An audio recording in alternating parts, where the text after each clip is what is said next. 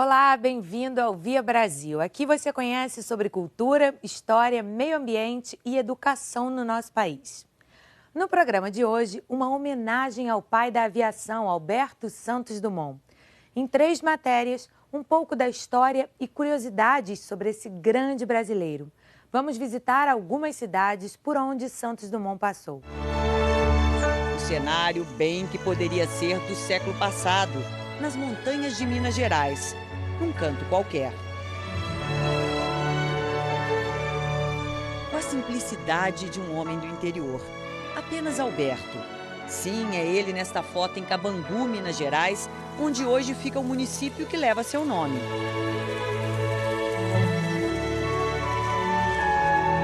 O lago continua igual. O chafariz ainda jorra água do mesmo jeito. Uma tecnologia desenvolvida por Santos Dumont. E a casa típica de funcionários da rede ferroviária, como o pai de Alberto, o engenheiro Henrique Dumont. E assim começa esta história, ou neste caso, um voo pela história. Estamos em 1872. O desenvolvimento do país se expandia pelas ferrovias. Henrique veio para cá para construir parte desses trilhos, no meio da Serra da Mantiqueira. Um trecho da então Estrada de Ferro Dom Pedro II, que hoje liga as cidades de Santos Dumont a Barbacena. Foi nesta casa simples que nasceu aquele que seria uma das maiores personalidades mundiais do século XX. Julho de 1873. O 6º de 8 filhos de Henrique com Francisca. As fotos foram corroídas pelo tempo. Mas os trilhos ainda não. Fazem parte da herança deixada pelo pai dele. Indica que ele não terminou essa ferrovia aqui não. Por volta de 1875, novos desafios levaram a família Dumont para longe daqui. A partir daí, o tempo passou rápido para o pequeno Alberto. A família foi para Valença, no Rio de Janeiro, e depois para Ribeirão Preto. Aqui encontrou o ouro do final do século XIX. O café se espalhava por essa terra plana e também muito fértil no interior de São Paulo. Henrique Dumont foi o primeiro rei do café no Brasil. Chegou a produzir cerca de 6 milhões de pés de café. Isso numa área a perder de vista, mais de 6 mil alqueires. Na época, ele era não só o maior produtor de café do Brasil, mas um dos maiores produtores do mundo. E abriu caminho para uma produção de café que explodiria no início do século XX.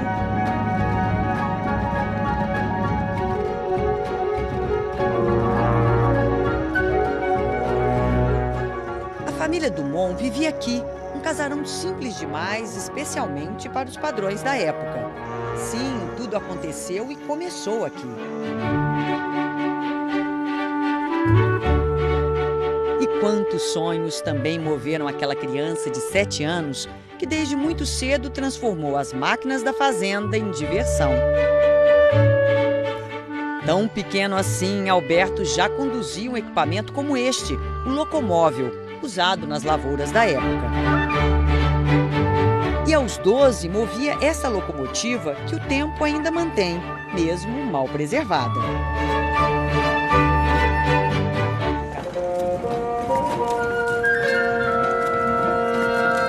Num dos passeios de charrete pela fazenda, Henrique Dumont sofreu um acidente.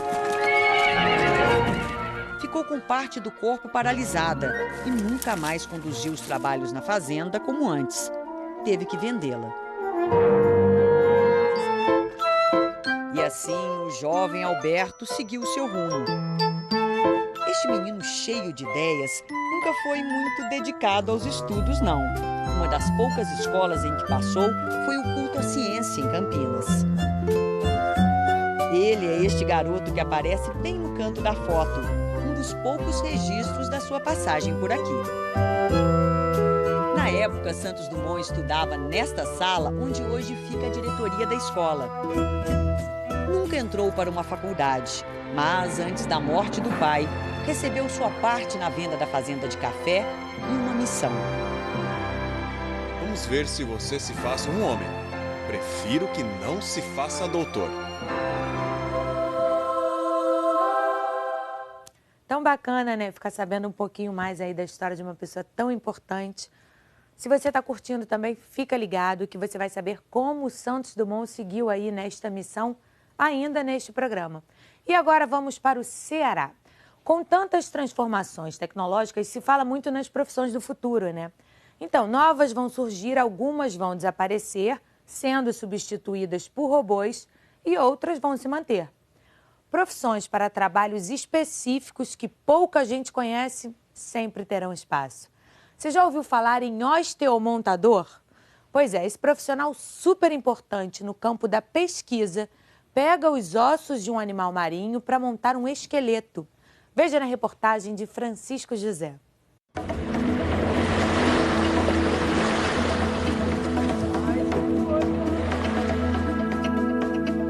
Com a proibição da caça à baleia na costa nordestina há 32 anos, está aumentando a cada temporada o número de jubartes na migração anual do Atlântico Sul ao litoral do Nordeste. Elas já foram vistas até no Piauí.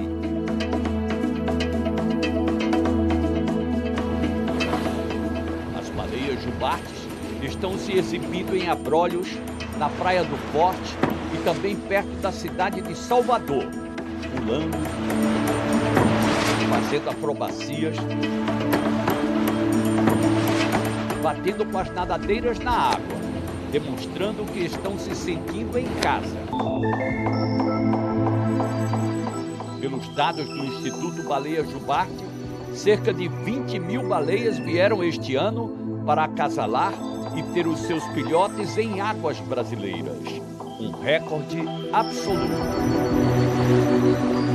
Famílias inteiras se deslocam do Atlântico Sul até o Nordeste. Um filhote de jubarte já nasce com mais de 4 metros e quase 1 tonelada de peso. Nada sempre ao lado da mãe e depende da amamentação nos primeiros 6 meses de vida. As fêmeas são maiores que os machos e podem chegar aos 18 metros de comprimento, pesando mais de 30 toneladas. Este ano, pelo menos 80 baleias encalharam nas praias de Santa Catarina, São Paulo, Rio de Janeiro, Espírito Santo e Bahia. Nem todas as jubartes resistem à grande travessia, na migração anual que pode chegar aos 20 mil quilômetros de ida e volta, do local de alimentação perto da Antártida até o Nordeste. O crânio de uma baleia jubarte que encalhou há 15 anos na Praia do Futuro, em Fortaleza. Ela está hoje em exposição. E para ser mantida assim, quantas vezes você já teve que lavar essa peça? Olha, ela foi lavada em torno de 200 vezes, né? Para chegar nesse nível de limpeza, a gente usa protocolos específicos para a preparação desses animais, né? Dos ossos deles. Então, aproximadamente 200 vezes ela teve que ser lavada para chegar nesse nível de estética. De conservação também. E é bom que se tenha uma ideia de que isso aqui é só o crânio. Levando em consideração do chão até lá, são 3 metros de comprimento. Nesses tanques, mantido pela organização não governamental Aquasis, do SESI de Fortaleza, adultos e filhotes de peixes bois marinhos que foram resgatados nas praias do Nordeste. A maioria foi recolhida na praia de Capuí, no Ceará. São animais dóceis que interagem com seres humanos, mas ainda ameaçados de extinção, embora protegidos por lei. É proibido caçar ou comercializar essa espécie. As maiores ameaças ao peixe-boi marinho são a pesca predatória. Muitas vezes eles se enroscam nas redes dos pescadores e a destruição ou poluição das áreas onde eles vivem. Hoje, são feitas réplicas ou restaurados esqueletos dos grandes mamíferos aquáticos, a partir dos ossos encontrados nas praias. Osteomontador, uma das profissões mais raras do planeta. Já pensou pegar um monte de ossos como esse aqui, de um peixe-boi marinho, e transformar num esqueleto completo do animal? Amâncio é especialista nisso, talvez o único do Brasil que consiga fazer esse trabalho. Como começou a sua paixão por uma atividade tão rara como essa, Amâncio? Fui convidado para fazer um mini curso de montagem de um pequeno golfinho, né, aqui na Aquasis, e comecei a ver que eu tinha uma habilidade diferenciada para trabalhar com essa questão da osteologia, né, da osteomontagem. Como você consegue fazer isso? Porque isso parece um tremendo de um quebra-cabeça. É osso de todo tamanho. Olha esse aqui. Aqui parece uma arcádia, né? Esse aqui essa é a mandíbula, né? A mandíbula do bicho, exatamente. E aqui a cabeça. Isso, né? E você consegue colocar tudo isso no lugar certo? Sim, né? A gente teve que estudar bastante, né? Mas na verdade o que eu descobri foi um dom especial de compreender a anatomia desses animais e conseguir fazer a estruturação do esqueleto e deixar ele montado para exposição, né? E em quanto tempo você vai transformar esse monte de ossos aqui num esqueleto completo do peixe-boi marinho? Olha, em média de 3 a 4 dias o animal já está pronto, montado para ser exposto. Dá só uma organizada básica aqui do esqueleto, né, para vocês terem uma ideia de como é que... Unindo peça a peça, Amâncio vai montando o esqueleto. Cada osso tem que se encaixar bem à estrutura original do animal. Para fazer essa sequência lógica, a gente tem que olhar alguns aspectos das vértebras, né? A gente tem que olhar a estrutura do corpo, tem que encontrar a sequência perfeita, senão no final ele vai dar erro. Primeiro é formada a coluna vertebral unida à cabeça do animal. Depois são montadas as costelas, de um lado e do outro do corpo. Um peixe-boi marinho tem de 16 a 18 pares de costelas. Na exposição da Aquasis tem esse peixe-boi montado por Amâncio de forma artesanal.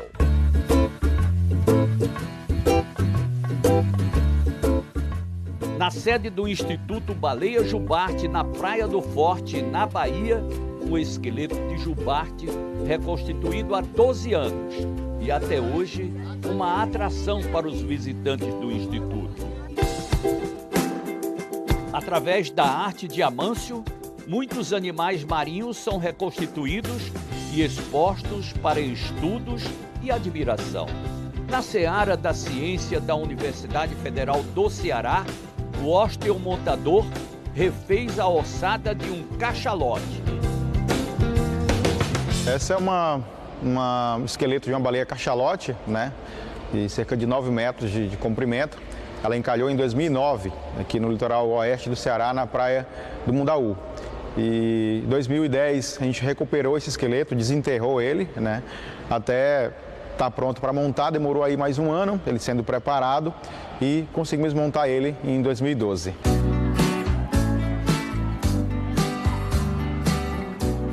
No Museu Aquático do Rio de Janeiro, o esqueleto de uma baleia montado por Amâncio, que nos primeiros 10 meses após a inauguração do Aquario, foi visitado por mais de 1 milhão de pessoas. Através da arte, do dom natural de exercer profissão tão rara, se tornou possível a reconstituição dos maiores mamíferos aquáticos do planeta.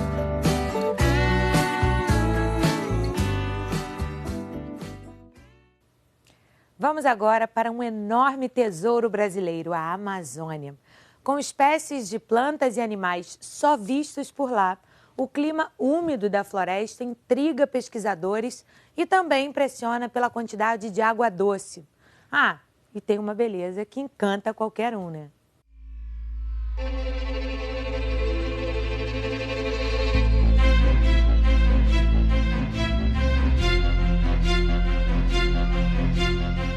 A amazing. It's very big and a lot of fishes.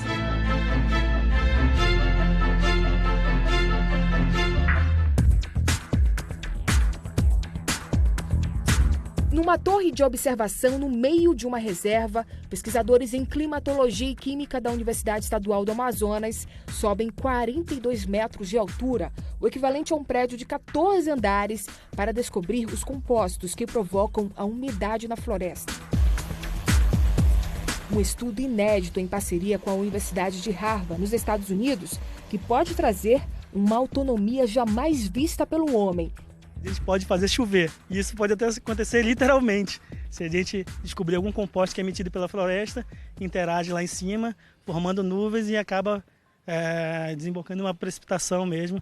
Isso não é possível. Já existem estudos que indicam que isso é possível. Da floresta, raízes, frutos e sementes viram matéria-prima para produzir as chamadas biojoias. Pulseiras de fibra e anéis de tucum com prata atraem americanos e europeus. A Amazônia é vista lá fora como uma floresta mágica, como o pulmão do mundo mesmo, né? Eles dão muito valor para a Amazônia. A Amazônia também é reconhecida pela quantidade de água doce, que impressiona quem vê de perto e principalmente de longe. A bacia amazônica é a maior do mundo, cobre cerca de 6 milhões de quilômetros quadrados, o suficiente para encher todas as piscinas olímpicas do planeta e ainda sobra água.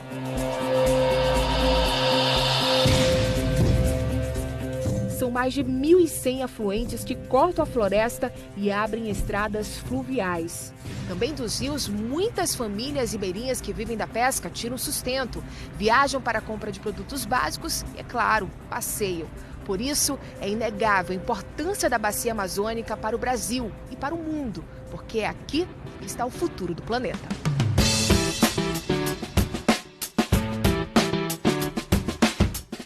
As embarcações transportam mais de 13 milhões de passageiros todos os anos. Dos rios, as espécies de peixes da água doce, temperadas com ervas amazônicas, também atraem quem vem de longe. Uma culinária rica em cores e sabores que atrai os olhos do mundo inteiro também. Isso acaba estimulando negócios no meio da floresta, como esse restaurante flutuante que já funciona há 1 ano e virou ponto turístico. Qual a impressão do turista que ele chega aqui e experimenta esses peixes? Fica maravilhado com o sabor, com a natureza, com o ambiente, que é um ambiente agradável, diferenciado. Então, realmente, faz com que eles venham para cá mesmo. O consumo de peixe na Amazônia é o mais alto do Brasil. Só no estado do Amazonas, segundo o IBGE, a população come 30 quilos de peixe por ano. O setor movimenta mais de 17 mil toneladas. Isso faz o Centro Internacional de Negócios da Federação das Indústrias do Amazonas apostar no produto para acelerar ainda mais a economia com a exportação. É uma coisa realmente surpreendente para nós, a gente está conseguindo colocar esse produto no Vietnã. E já conseguimos também colocar esse produto na China, né? E em alguns países da Europa, da União Europeia, né? Consumir peixe sem desequilíbrio é o caminho sustentável que faz cientistas da Amazônia mergulharem fundo em pesquisas há 30 anos. Agora, nós temos conhecimento para produzir esse pescado em viveiros, em tanques, de uma forma mais controlada. E essa produção consegue colocar no mercado um peixe que não é um peixe que veio extraído da natureza. Ele foi cultivado para atender essa demanda de consumo da população humana. É ciência voando com o tempo para continuarmos consumindo o que há de melhor na floresta sem agredi-la. Agora um rápido intervalo e daqui a pouco curiosidades sobre Santos Dumont. Como o voo do dirigível número 6 marcou a era das navegações aéreas. E também uma visita a uma fábrica de dirigíveis no interior de São Paulo.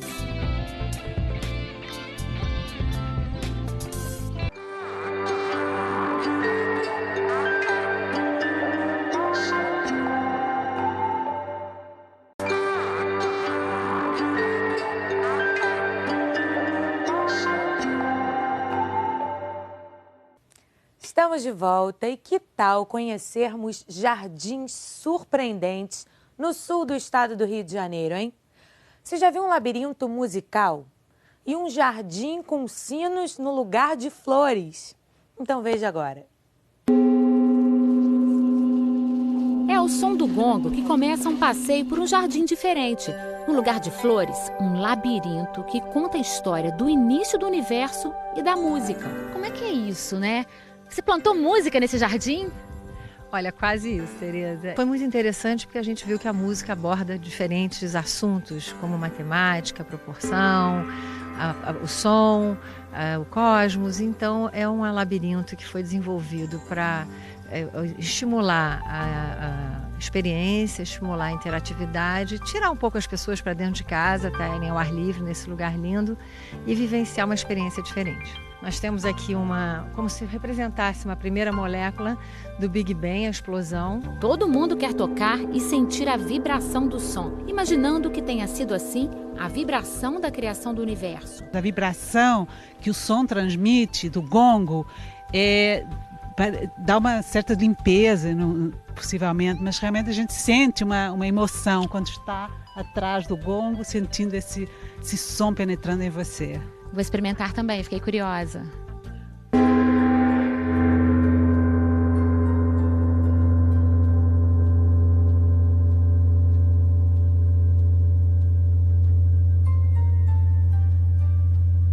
É estranho, a gente parece que relaxa mesmo ali atrás. Vamos continuar nosso passeio, cheio de surpresas. Representando a explosão do universo, os mais variados metais e pedras foram colocados aqui. Tem até uma parede revestida de folhas de ouro. E os visitantes seguem descobrindo sons, música, nas garrafas, no molho de chaves, no conjunto de arcos de metal.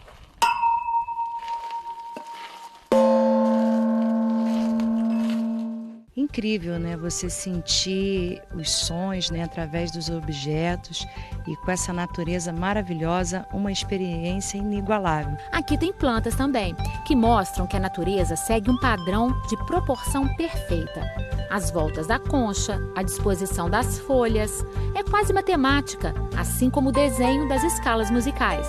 Aqui a gente vai falar de uma experiência do grande Pitágoras, que era um matemático e que criou a escala musical. Ele criou a escala musical passando um dia em frente a uma casa de ferreiros e viu que os ferreiros batiam em ferros e faziam sons diferentes. E aí ele percebeu que cada vez que ele dividia uma peça de metal, ele conseguia tirar sons diferentes. Então, dividindo essas peças, ele fez a escala musical. E você sabia que cada nota musical é representada por uma cor? Aqui no jardim, por exemplo, a gente tem o sol, que é vermelho, o lá, laranja, e o amarelo é o si. Dó é verde, ré, índigo, esse azul forte, mi e fá têm tons diferentes de violeta. E seguimos ouvindo o som do mar em conchas e nos perdendo em labirintos.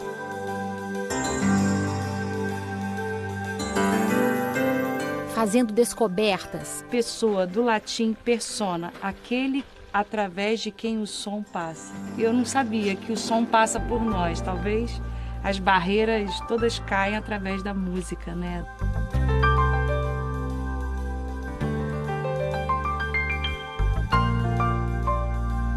Hora de conhecer outros jardins, como o dos cristais, espaço para meditação.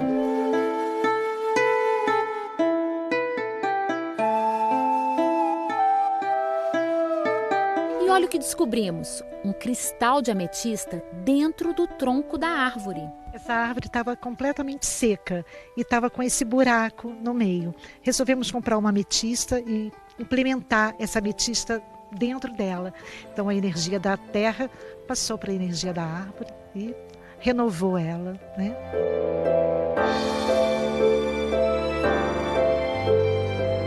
Uma natureza poderosa. Estamos em Sacra Família, distrito de Paulo de Fronten, o município com a maior reserva de Mata Atlântica do estado do Rio.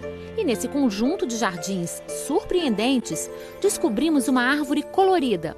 Não por flores, mas com fitas que carregam pedidos. O que você escreveu na sua fita que você amarrou aí? Eu pedi um monte de coisa boa, mas não posso contar, senão não se realiza. Mas tem gente que escreveu bem grande para todo mundo ler e para o vento levar, né? Nessa aqui, ó, a gente pode ler: gratidão, que se espalhe com o vento. Seguimos os pássaros até o ponto mais alto. Aqui foram plantados sinos de várias partes do mundo. Estes são usados pelo gado na Holanda. E escute só o som destes aqui, que vieram da China. Depois de muita caminhada e descobertas, entramos num bosque com cordas entrelaçadas entre árvores. Parece teia de aranha, né? Essas teias são mesmo um convite para a gente sentar no meio do passeio, dar uma descansadinha. Sentar não, né? Acho que dá para deitar, gente. Ai, que delícia! Nossa, é incrível olhar as árvores desse ângulo. Muito legal.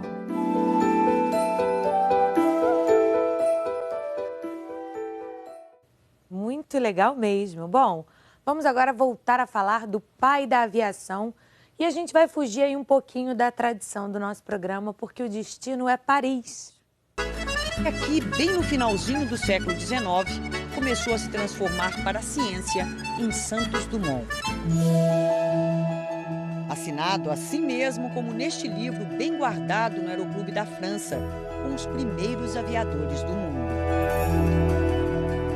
Deu ao sobrenome da mãe de origem brasileira e do pai de descendência francesa o símbolo da igualdade, de quem sempre teve o coração no Brasil e a razão na França. Paris já tinha o mesmo cartão postal. Mas ganhou logo um novo detalhe, a vibração de quem viu pela primeira vez o homem dominar o ar. Santos Dumont é um cientista empírico, é um cientista que está trabalhando no campo, ele não é um cientista de prancheta. Nunca foi, basta voltar ao início de tudo, a este pequeno e charmoso balão. O meu primeiro balão, o menor, o mais lindo, o único que teve um nome: Brasil. Repare que estava pendurado no balão. Como Santos Dumont não sabia onde ia descer, levava uma bicicleta para poder voltar para casa. Aliás, as bicicletas tiveram muita utilidade na vida dele. Aos poucos começou a enxergar o guidão e o selim como novos objetos aéreos. E deu nisso. Você está diante do dirigível número 1 de Santos Dumont. E voou neste parque calmo de Paris, florido, que ainda serve de lazer para os franceses. O nome também não mudou. Sua trajetória estava traçada. Este foi o primeiro mapa usado por Santos Dumont. E ele decidiu fazer uma garagem para estacionar suas experiências. Nestes anos todos, pouca coisa mudou, mas aumentou o tamanho, claro. Eu estou agora num hangar de aviões de pequeno porte. E mesmo aqui, veja só a dimensão do primeiro hangar do mundo. Ele caberia nesta área demarcada. E olha que nós estamos falando de um gigante para aquela época. E até mesmo esse mecanismo simples, a porta de correr, foi uma invenção de Santos Dumont. E até hoje ela é usada na maior parte dos hangares do mundo inteiro. Essas ideias foram implantadas nesta região da França, Saint-Cloud, um local ainda muito visitado de Paris, diante do maior símbolo da cidade. Cenário para muitos desafios. A cada invenção, Santos Dumont ousava mais. E se arriscava mais também. E as imagens se repetiam. Mas foi este acidente, bem no centro de Paris, que ficou registrado para a história. Veja esta sequência de fotos. A tecnologia nos permite agora imaginar como tudo aconteceu.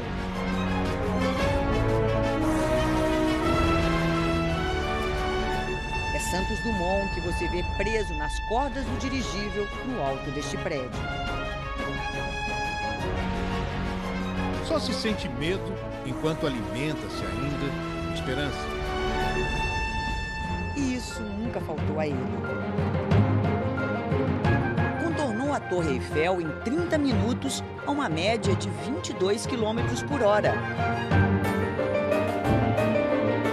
O homem aprendia a controlar o balão. É o exemplo de que é possível você fazer uma navegação, sair de um ponto, atingir outro ponto e voltar ao ponto. Então o voo do dirigível número 6 marca o século XX e inaugura a era das navegações aéreas.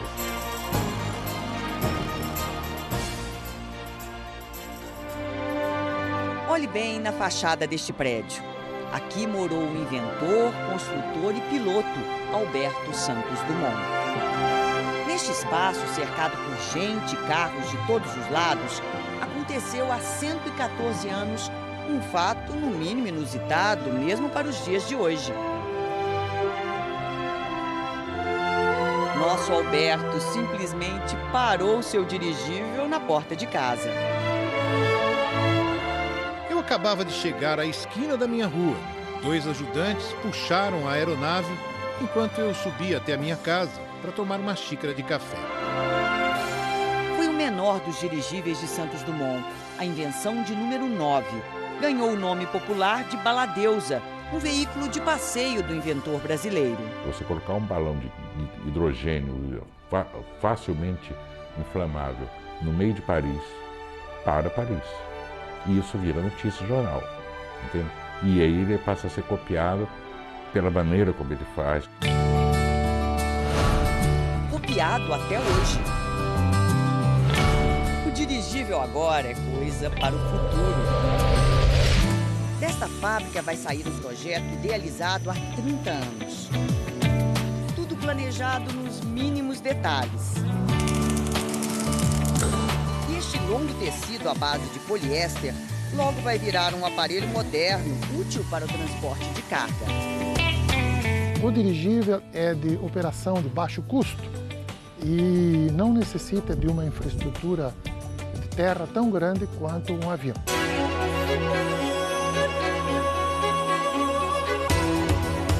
Na verdade, já está pronto para o desafio. Eis o primeiro dirigível feito no Brasil.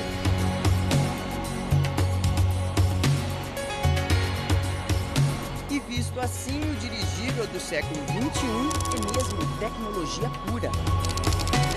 Este pequeno gigante aí vai ficar cada vez maior. O próximo passo é carregar 30 até 50 toneladas. Várias soluções foram desenvolvidas aqui. O Brasil já, por si, já é um destaque nesse mundo de mais leve que o ar. Não é de duvidar. Quando ele sai do chão, parece já fazer parte do céu brasileiro. Pode voar cerca de 8 horas direto. E a recepção foi um céu que mudou de cor.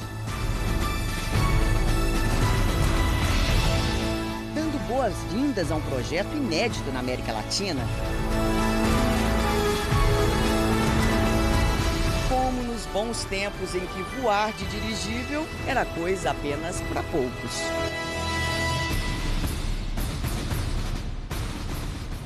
Vamos fazer um intervalo rapidinho. E na volta, um pouco da intimidade de Santos Dumont pelos sobrinhos netos dele.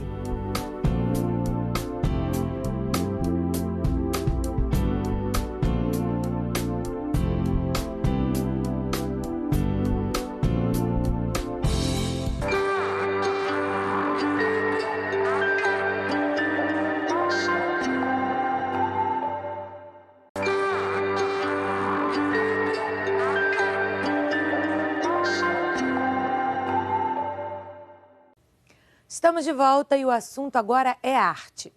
Quer conhecer o trabalho de um artista pernambucano que retratou a paisagem sertaneja com um traço inesquecível? Celestino Gomes foi pintor, escultor e escritor e considerado um marco da cultura de Petrolina. Mas o centro de artesanato que leva o nome do artista bem no centro da cidade infelizmente está abandonado.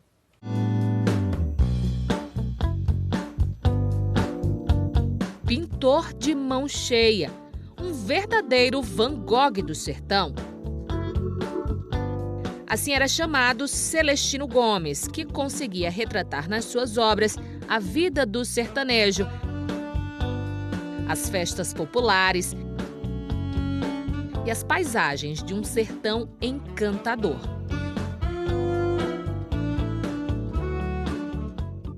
Celestino Gomes foi um dos artistas mais notáveis que Petrolina já teve. Dono de traços inesquecíveis, suas obras estão espalhadas por toda a cidade.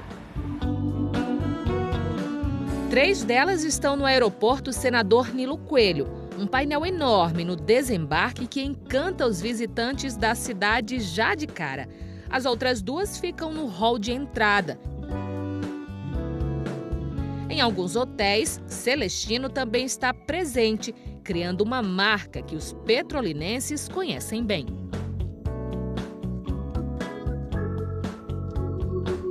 Celestino, ele trouxe o mundo para Petrolina e levou Petrolina para o mundo. Ele consegue, com sua arte, trazer a renascença europeia, especialmente italiana, e com a paisagem ribeirinha, com o Rio São Francisco e a comunidade sertaneja, ele consegue unir esses traços.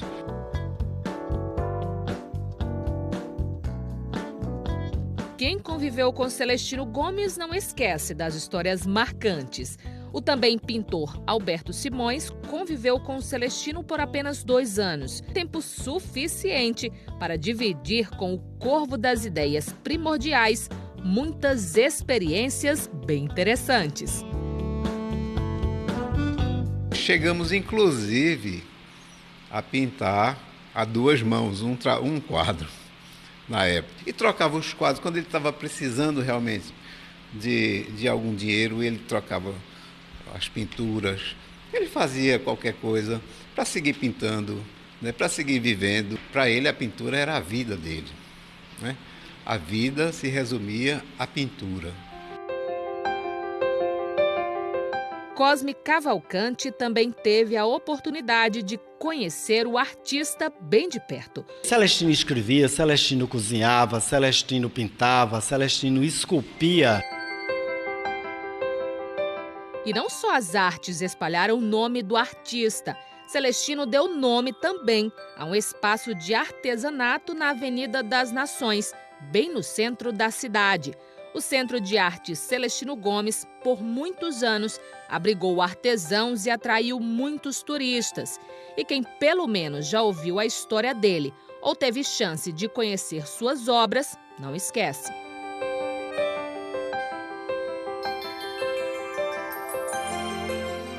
Ele, inclusive, frequentava o meu comércio lá e eu tinha grandes admirações, né, pelo trabalho dele. Foi um grande artista, né, que Deus o levou e que resta até hoje grande saudade.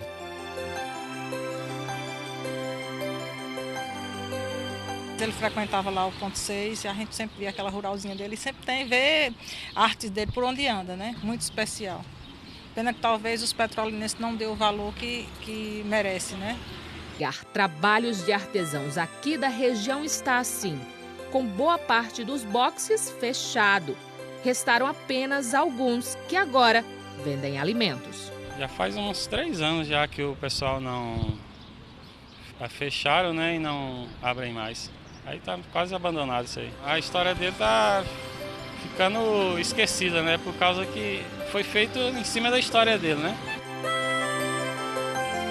Ele era um artista pleno de Petrolina e que merece, inclusive, ter um memorial e recolher suas obras públicas todas em um único lugar para que as pessoas tenham a oportunidade de contemplar a força da arte desse grande artista petrolinense.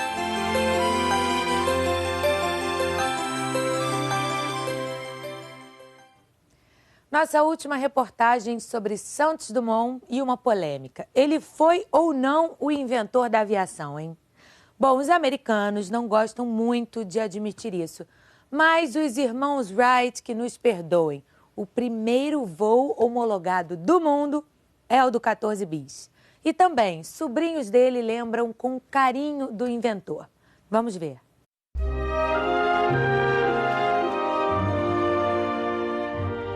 Mãos de quem já viveu muitos anos e a vaidade que o tempo não deixou de cuidar.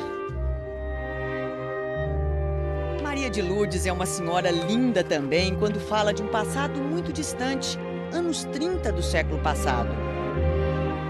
Era tudo bonito, todo mundo bom, todo mundo simpático, gostoso. Ela é sobrinha neta de Santos Dumont. Na sua casa em São Paulo, se recorda do tio ilustre. Foi nos visitar, levou um presente para mim, outro para o meu irmão, um aviãozinho para o meu irmão e para mim um joguinho de criança, naturalmente, para chá, com violetinhas pintadas. Num outro cenário, no aterro do Flamengo, no Rio de Janeiro, este prédio já foi a casa que acolheu Santos Dumont no passado. Aqui vive Jorge, outro sobrinho neto do inventor brasileiro. Meus pais preparavam a casa para recebê-lo, que ele normalmente se hospedava aqui com meus pais. A bandeira que Jorge guarda com carinho é a mesma que foi hasteada tantas vezes na sacada de casa. Nós esticávamos ela para avisar que estávamos com um hóspede importante. Nas lembranças de Jorge, um Santos Dumont bem brasileiro. Ele gostava muito do nosso cafezinho, que nós moíamos o café, que era aqui do jardim aqui da casa, para ele tomar quando ele vinha aqui à casa.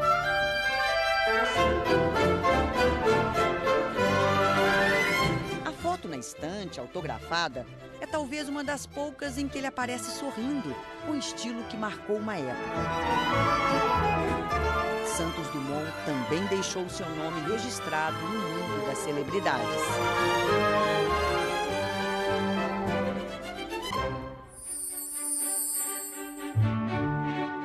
Como alguém assim passaria despercebido? Famoso, bem vestido e com um estilo peculiar. São muitas fotos do acervo de família, hoje distribuídas em museus no Brasil e no exterior. Basta destacar uma delas. Repare no terno, quase sempre de listras finas, no colarinho duplo, no cabelo repartido ao meio. É uma pessoa extremamente requintada, no sentido de ele estar sempre muito bem vestido, muito bem apresentável, e que é uma marca importante para Santos Dumont. Como um chapéu, que podia ser assim, ou mais tradicional, ou este criado sem querer por ele mesmo. Relógio de pulso, como a gente usa hoje, para ter o controle social do tempo, é uma invenção do Santos Dumont. Foi um modelo como este que depois virou produto comercial. Santos Dumont era amigo de Louis Cartier. A fábrica já era famosa por produzir joias para as famílias ricas da Europa. E recebeu a encomenda para transformar o relógio de bolso neste aí com pulseira de couro. Na primeira década do século XX, ele é a figura mais importante, não do Brasil, mas uma das mais importantes do mundo. Ele usava um lenço no pescoço, eventualmente. Usava uma pulseira que ele ganhou da princesa Isabel.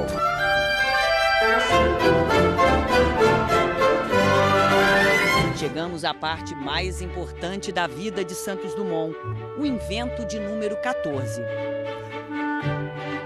O dirigível que sustenta o sonho do aparelho mais pesado que o ar. Um projeto desenvolvido exatamente neste lugar. E foram muitos testes, contou com todo tipo de ajuda. Neste campo enorme, ainda hoje de uma beleza colorida. Foi aqui nessa região de Paris, Bagatelle, que Santos Dumont fez o primeiro voo homologado do mundo. Ele dominava o céu. Saiu aqui do chão impulsionado por um motor de 50 cavalos. Uma potência que hoje faz funcionar um barco simples para 5 pessoas.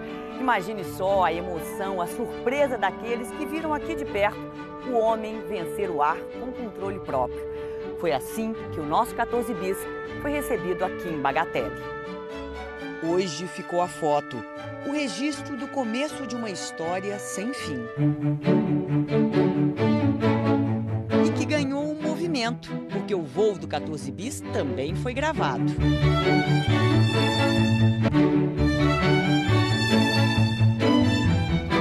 E reparem em outros detalhes, Santos Dumont na sua cabine de piloto.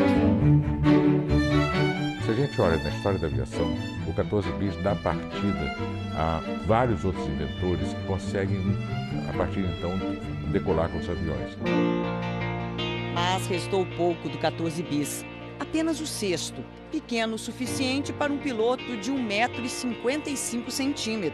O avião veste o piloto, então ele consegue estar com a mão direita sempre para controlar a alavanca de subida e descida, a mão esquerda fazendo a roda de direção e com os ombros ele conseguia fazer a torção e o controle do eixo do avião. Olhando hoje para esta réplica perfeita do 14 bis, deslizando pela pista do aeroporto de Bauru, nota logo a diferença. Olha como o piloto está em pé, amarrado por cordas. É o único avião da história que o piloto vai em pé, herança dos balões, e que o piloto está amarrado às asas. Uma polêmica. Santos Dumont foi mesmo o primeiro? Minha conclusão é a seguinte: quem inventou o avião, eu diria que é Santos Dumont. Ele inventou um aparelho mais pesado que o ar, que tinha potência para poder sair do chão, que tinha as características necessárias para criar sustentação e que podia voar e pousar. De fato, o primeiro voo homologado do mundo é o do 14 bis. Está registrado. Mas o reconhecimento não é o mesmo no mundo todo. E os pais da aviação são, para os americanos, por exemplo, os irmãos Wright. Destaque no Museu Nacional do Ar e Espaço em Washington, um dos mais importantes dos Estados Unidos. Aqui eles são os primeiros, um voo 3 anos antes do 14 bis, neste avião, o Flyer. Os irmãos Wright voaram antes, em 1903. Eles foram catapultados, então não foi um voo autônomo. Santos Dumont é o primeiro homem a voar dentro de um avião no mundo. Ambos foram importantes para a aviação. Basta olhar uma imagem assim, da nossa Esquadrilha da Fumaça. Que a tecnologia de uma câmera especial reduz o ritmo. Quando o 14 bis aparece, bem, dispensa falar em evolução. Se sair de férias pelo Brasil ou quiser mostrar um lugar ou um assunto aí bacana da sua cidade, mande um vídeo de no máximo 2 minutinhos pra gente. É muito fácil, basta baixar em seu celular o aplicativo Na Rua Globo News. Grave o vídeo na horizontal e, ao postar, escreva no título da notícia Via Brasil. As melhores reportagens a gente vai mostrar aqui no programa. E a gente encerra o programa com belas imagens da floresta amazônica. A gente tem um encontro marcado na semana que vem. Beijo!